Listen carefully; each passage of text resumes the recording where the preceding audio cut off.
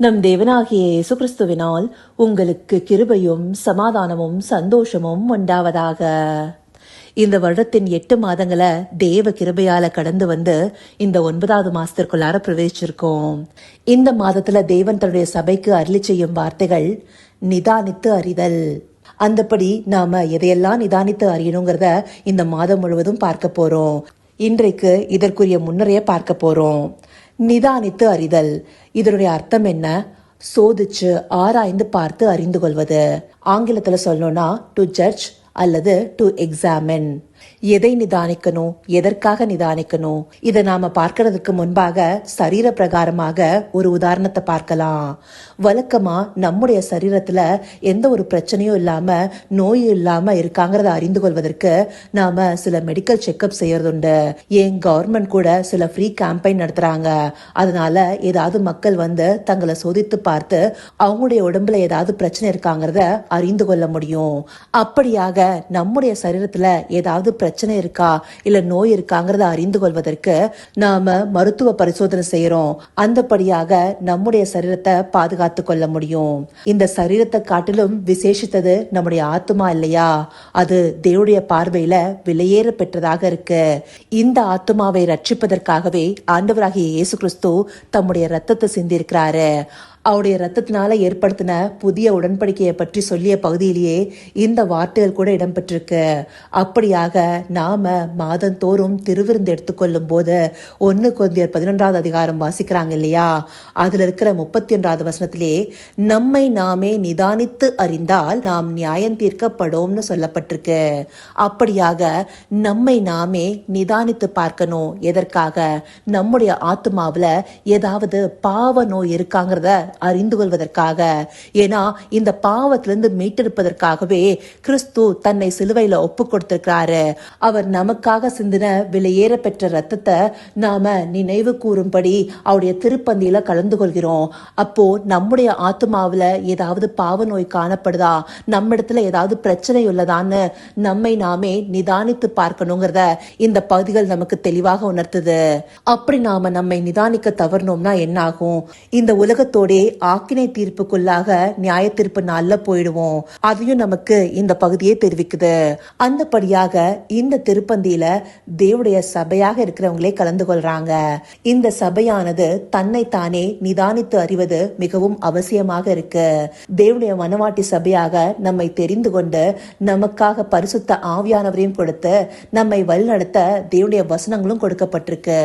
இவை எல்லாமே நம்மை நாமே நிதானித்து அறிவதற்காக. ஏன்னா நம்ம அழிவில்லாத வித்தாகிய வார்த்தையினால ஜெனிப்பிக்கப்பட்டிருக்கோம்.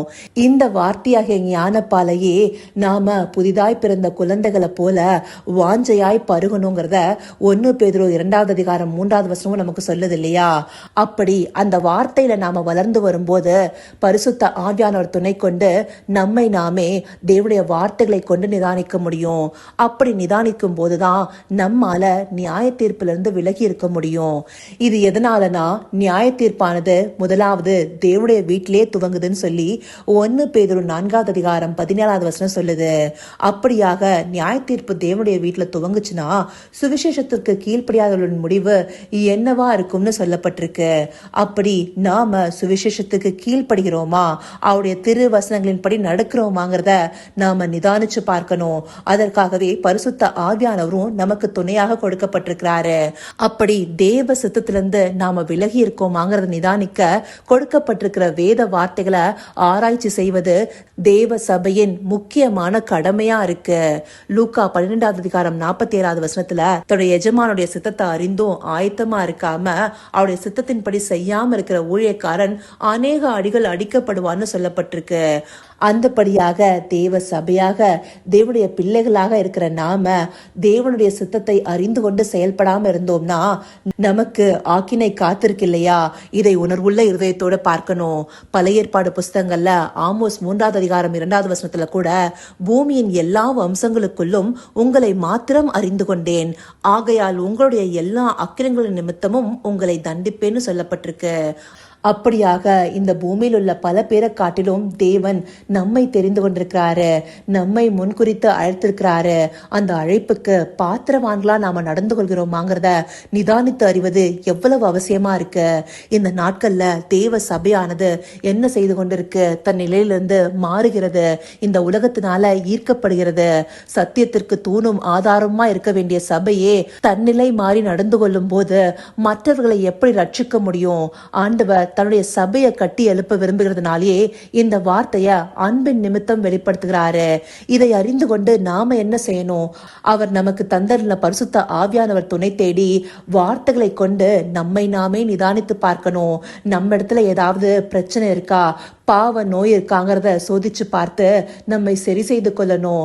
அதை நாம சரி செய்வதற்கு மனம் திரும்பி தேவனிடத்துல ஒப்பு கொடுத்தா அவரே நமக்கு உதவி செய்கிறவராக இருக்கிறாரு. இதனால்தான் தாவீது சங்கீதம் 139 அதிகாரம் கடைசி பகுதியில, தேவனே என்னை ஆராய்ந்து என் இருதயத்தை அறிந்து கொள்ளும், என்னை சோதித்து என் சிந்தனைகளை அறிந்து கொள்ளும், வேதனை உண்டாக்கும் வழி இடத்தில் உண்டோ என்று பார்த்து நித்திய வழியிலே என்னை நடத்தும்னு கேட்கிறாரு. இப்படியான உணர்வுள்ள இருதயம் நமக்குள்ளயும் இருக்கணும் இல்லையா? நமக்கு நித்திய ஜீவனை கொடுப்பதற்காகவே ஆண்டவராகிய இயேசு கிறிஸ்து நமக்காக தந்தரப்பட்டாரு. அவர் மூலமாக நித்திய ஜீவனை சுதந்திரத்து கொள்ள நம்மை நாமே அடிக்கடி நிதானித்து பார்ப்பது மிகவும் அவசியமா இருக்கு. இதை நாம திருவிருந்து போது மாத்திரம் இல்ல, ஒவ்வொரு நாளுமே இரவுல நாம அந்த நாள்ல செய்ததெல்லாம் நினைத்து நம்மை சோதித்து பார்த்து நம்மை எதுலெல்லாம் சரி செய்து கொள்ளணுங்கிறத ஆராய்ச்சி செய்யணும். அப்படியாக சோதிச்சு பார்த்து நம்மை திருத்திக் கொண்டோமே ஆனால் தேவன் நம்மீது பிரியமா இருப்பாரு. அந்தபடியாக நம்மை திருத்திக் கொள்ள அவருடைய வார்த்தைகளை ஸ்திரப்பட வேண்டியது மிகவும் அவசியமா இருக்கு. அப்படியான அவருடைய வார்த்தைகளை பற்றி கொண்டு நம்மை நாமே அனுதினமும் நிதானித்து பார்க்க அவரிடத்துல ஒப்பு கொடுப்போமா? கர்த்தாவே, தேவாதி தேவனே, உமக்கே இந்த வேளையில நன்றி செலுத்துகிறோம் ராஜா. அப்பா, தேவ சபைய உம்முடைய பரிசுத்த ரத்தத்தினால நீங்க சம்பாதிச்சிருக்கீங்க தகப்பனே. அப்படியாய் மீட்டு கொள்ளப்பட்ட சபையானது இந்த உலகத்தின் போக்குல தன்னிலை மாறாம இருக்கிறதுக்கு உம்முடைய வார்த்தைகளை கொண்டு உம்முடைய பரிசுத்த ஆவியானவர் துணை கொண்டு நிதானித்து பார்க்கணுங்கிறத இந்த பகுதிகள் மூலமாக எங்களுக்கு தெளிவாக விளக்கியிருக்கீங்க தகப்பனே. இதை உணர்வுள்ள இருதயத்தோடு பார்த்து எங்களுடைய திருவிருந்து நாட்கள்ல மாத்திரம் இல்ல, ஒவ்வொரு நாள் இரவிலையும் எங்களை நாங்களே நிதானித்து அறிந்து கொள்ள எங்களுக்கு உதவி செய்யுங்க தகப்பனே. அப்படியாய் எங்களை நாங்களே நிதானித்து அறிந்து உம்மிடத்துல எங்களை ஒப்பு கொடுத்து நித்திய வழியில சேர்த்து கொள்ளப்பட தேவரீர் எங்களை நடத்தி அருளுங்க. அப்படியே நீங்க எங்களை நடத்த போகிற கிருபைக்காய் நன்றி. சகலவித துதி மகிமை கனம் யாவும் ஒருவருக்கே செலுத்துகிறோம். இயேசு கிறிஸ்துவின் மூலமாய் வேண்டிக் கொள்கிறேன் பிதாவே. ஆமேன், ஆமேன்.